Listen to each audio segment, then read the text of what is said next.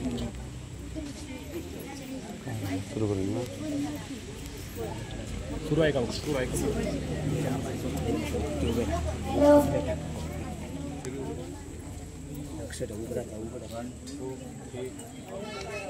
सर्वांना माझा नमस्कार. माझे नाव पलक संजय गावडे. शाळा पेंढऱ्याची वाडी पेंढरी.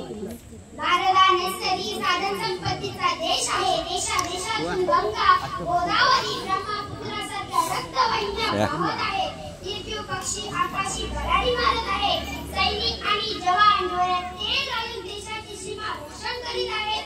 किसान लोक राजा बनला आहे. सिमला, मनाली यासारखी पर्यटन स्थळे लाभली आहेत. एकूण भारत देश सुजलाम सुफलाम बनला आहे. आपल्या देशाला पौराणिक आणि ऐतिहासिक समृद्धीचा वारसा लाभला आहे. अनेक जाती धर्माचे व भाषाचे लोक इथे ज्ञान गोविंदाने एकत्र आहेत. संत ज्ञानेश्वर, संत तुकाराम, संत कबीर यासारख्या थोर संतांची भूमी असलेल्या आपल्या देशाची संस्कृती जागतिक पातळीवर एक सर्वश्रेष्ठ संस्कृती मानली जाते. भारत विज्ञानाकडे अग्रेसर आहे. स्वातंत्र्याच्या अमृत महोत्सवात गेली 75 वर्ष कला, क्रीडा, साहित्य, संस्कृती या क्षेत्रामध्ये नामवंत लेखक कलावंतांनी आपला अमिट ठसा उमटविला आहे. एक वेळ एकीकडे प्रगती होत आहे तर दुसरीकडे आपल्याला वेदना देत आहे.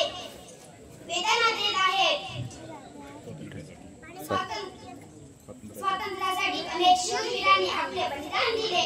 आपले संपूर्ण आयुष्य स्वातंत्र्यासाठी खर्च केले. स्वातंत्र्यासाठी रक्ताचा सडा सांडला. आम्ही मात्र उगाच भाऊक बाजार मांडला. असे कधी वाचलं. आज चीन, पाकिस्तान सारखी परकीय शक्ती सीमेवर आक्रमणाच्या तयारीत असतात. देशामध्ये दहशतवादी हल्ले होतात. पालवलेल्या रक्ताच्या आठवणी दुःख देतात. देशातील शेतकऱ्यांना स्वतःच्या हक्कासाठी आंदोलन करावेच लागते. अनेक गरिबांना एका वेळीचे जेवण सुद्धा मिळत नाही. धर्माच्या नावावरून जाती दंगली होतात. तेव्हा भारत मातेच्या हृदयाचे शेकडो तुकडे होतात. एकाच आईची लेकरे रक्तासाठी तहानलेली असतात. तेव्हा त्या आईची काय अवस्था होत असेल. साऱ्या आक्रमणामध्ये सामान्य माणूस दंडला जातो. जळणारी झोपडीवर कळपणारे रक्त भारतीयांचेच आहे. हे का विसरतो हा खरा प्रश्न आहे. भ्रष्टाचारांनी आरोपाखाली अधिकाऱ्यांना अटक होते. एकाच सामान्य माणसाच्या हक्काची भाकरी हिसकावली जाते. बरोबर. करणारी मंडळी देशाचे मारेकरी आहेत. स्वातंत्र्याच्या जल्लोषाचा महिमा आला. अमृत महोत्सव दिवशी साजरा करू उन्नतीचा